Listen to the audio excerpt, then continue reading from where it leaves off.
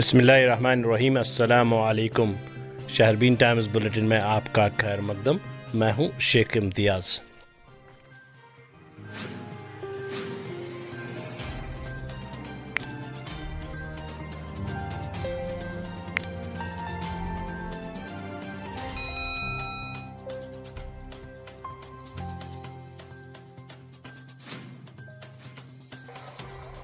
Parliament के आखिरी दिनों में जब मैं उसको देखता था, अंदर आता था, सर इस तरह होता था और लगता था, इसको लिखता था कि बस हमारा तख्ता उलट रहा है।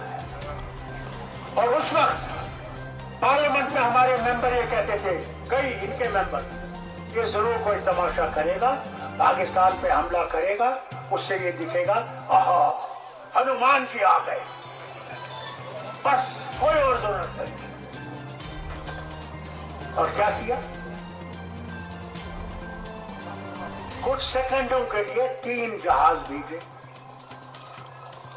बॉर्डर पे, जिसे बालाकोट कहते हैं, वहां पे बम डाले और कहा 300 लोग मर गए। आधों ने कहा 500 लोग मर गए, आधों ने कहा 700 लोग मर गए। अरे यहां एक आदमी मर जाता है तो सारी दुनिया को खबर हो जाती है, और जहां 300 मर जाएं वहां कोई खबर नहीं आएगी। फिर कहा कि हमने इनका जहाज एक गिराया है, F-16। आज ही अमेरिका के सरकार ने बयान दिया है, जितने भी इनके पास वो F-16 है पाकिस्तान के पास, वो बिल्कुल सीख है, एक भी नहीं गिरा है। अरे झूठ की भी तो कुछ बुनियादें होती हैं मोदी जी, कब तक लोगों को झूठ बोलते रहोगे? और क्या तुमने जीत लिया? पाकिस्तान गिर गया, गायब हो गया क्या? क्यों झूठ बोलते हो? क्या तुम समझते हो इससे कि जो हिंदुस्तान का हिंदू है वो सचमुच तुम्हारी बातों में आ जाएगा?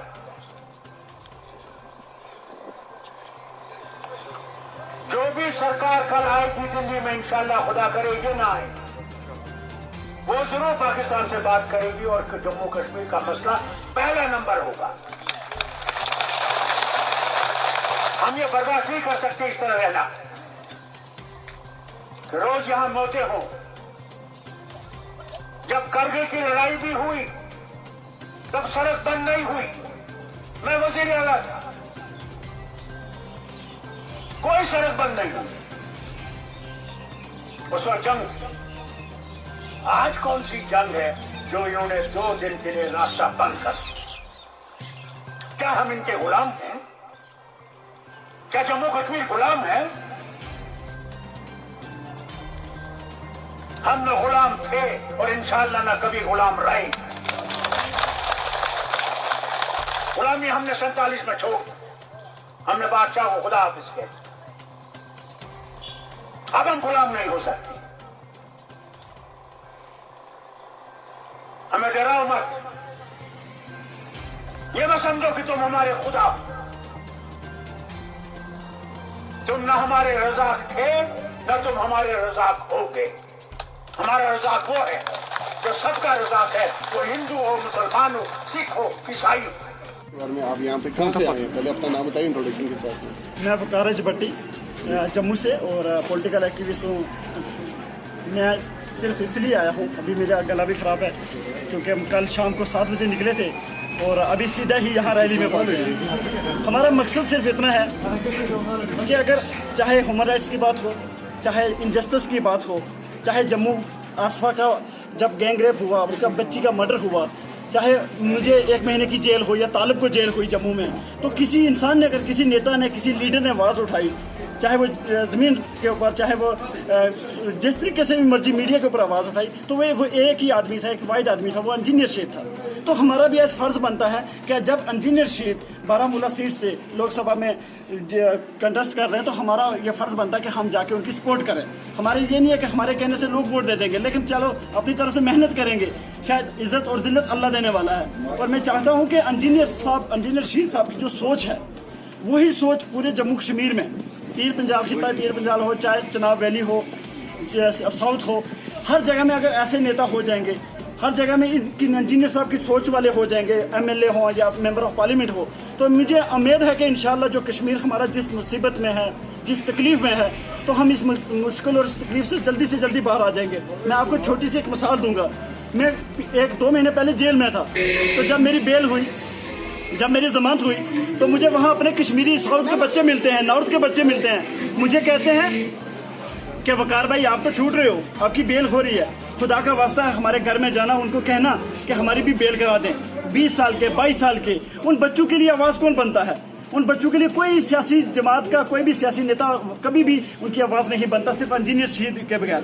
फिर भी इंजीनियर शहीद को कुछ ऐसे भी लोग हैं जो कभी कोई ड्रामाबाज बोल देता है, कोई कुछ बोल देता है, जी ये कपड़े अच्छे नहीं पहनते। भाई क्या चाहिए आपको? हेलीकॉप्टर वाला चाहिए, आपको एयर कंडीशन वाला चाहिए, एयर कंडीशन वाला हो या हेलीकॉप्टर वाला हो। उन्होंने दिया क्या है? उन्होंने इस पूरे हमारी जन्नत कश्मीर को बेचा है। उन्होंने लंदन में, उन्होंने अमेरिका में, उन्होंने दिल्ली में अपनी हवेलियाँ बनाई, अपने बंगले बनाए, अपने बिजनेस खड़े किए। आज पीर पंजाल, चाहे चनाब वैली हो, खिता पीर पंजाल हो, साउथ हो, पूरी जम्मू कश्मीर की आवाम और खासकर नौजवान ये चाहती है कि इंजीनियर शहीद जैसे लोग, इंजीनियर शहीद जैसी सोच आगे बढ़े और जाके ये लोकसभा में जब इंजीनियर शहीद साहब जिस तरीके के साथ असेंबली में गूंजते थे, जब ये लोकसभा में गूंजेंगे तो आप सोच नहीं सकते हैं वहाँ क्या होगा। जब वहाँ नरेंद्र मोदी होगा सामने, वहाँ जब राहुल गांधी सामने होगा, वहाँ मुलायम सिंह होगा, वहाँ अखिलेश यादव होगा, तो जब वहाँ इंजीनियर शहीद गूंजेगा तो तब पता चलेगा नई दिल्ली वालों को कि हाँ कोई लोकसभा में पहली चीज सबसे कि इंजीनियर शहीद लोकसभा में जाएंगे।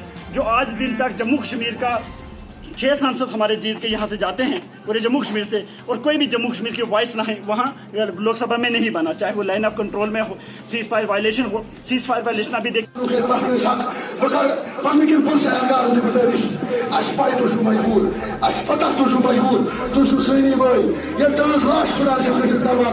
हमारी बेवाह विधवा होती है, हमारी बहन विधवा होती है, लेकिन हमारे हाथों में कुछ भी नहीं है। हम चाहते हैं कि कश्मीर का मसला हल हो और हिंदुस्तान के फौजियों की माओं की गोदें भी खाली न हो। हम चाहते हैं कि पुलिस वालों के माओं की गोदें भी खाली न हो। हम चाहते हैं कि किसी त्रिगाम के, लंगेट के, साउथ कश्मीर के भाई की माँ की गोद भी खाली न हो। इसका एक ही तरीका है, इंजीनियर शहीद को पार्लियामेंट में भेजना। जिताना है, सारे खड़े हो, इंजीनियर को जिताना है, इंजीनियर को जिताना है, इंजीनियर को जिताना है। आज गो फैसले मैं सीधा दावा दूंगा शेरू जम्मू कश्मीर हमारी वीर साहब को। लिहाजा यह यकीन कर पनुन इलेक्शन अत चुनाव निशान मीर साहब मैं पता दूर दूर से मगर आपके नहीं पता नहीं आप क्या कह रहे हैं। वहाँ सारे पार्टीज मौजूद थे जहाँ बैतफाक राय से उस चीज़ का ऑब्जेक्शन किया गया, और शायद कॉन्स्टिट्यूशनली उसमें क्या आइडियाज है वो तो एडमिनिस्ट्रेशन देखेगा, मगर अदरवाइज मुझे पता चला technical ground that form is resolve. हम इस तरह की बात तो नहीं करेंगे, संजीदा पार्टी है, मिलकी पार्टी है। हमने उस पर ऑलरेडी कहा है कि हमारे कई सारे मरकजी लीडरों ने कहा है कि जिस तरीके से ये एक्शन लिया गया उसने अचीव क्या हुआ। एक तरफ भारतीय जनता पार्टी के बड़े बड़े लीडरों ने फिगर्स दिए, किसी ने 400, किसी ने 800, किसी ने 1000 कहा। आखिरकार सरकार की जिम्मेदारी बनती थी कि देश के सामने एक एक्चुअल अकाउंट रखे, जो अभी तक नहीं आया। तो बाकी अगर इंडियन फोर्सेस ने अपने देश के दिफा के लिए कोई एक्शन लिया है वो उनका प्रोरोगेटिव है, उसको देश के तमाम जनता ने सराहा है कि देश के दिफा के लिए, मगर अल्टीमेट अचीव क्या हुआ वो भी देश को जानने का हक है।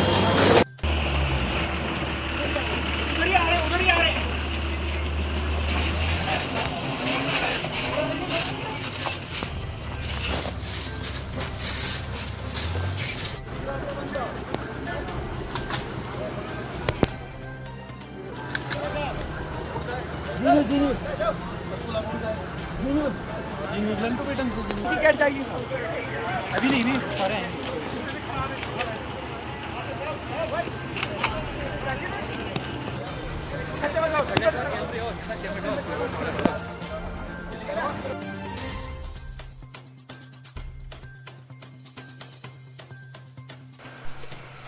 हम आप सबको ये बात बताते चले कि गले में तकलीफ़ की वजह से आज हमने शहरबीन टाइम्स आप तक सिर्फ विजुअल्स के ज़रिए पहुंचाया।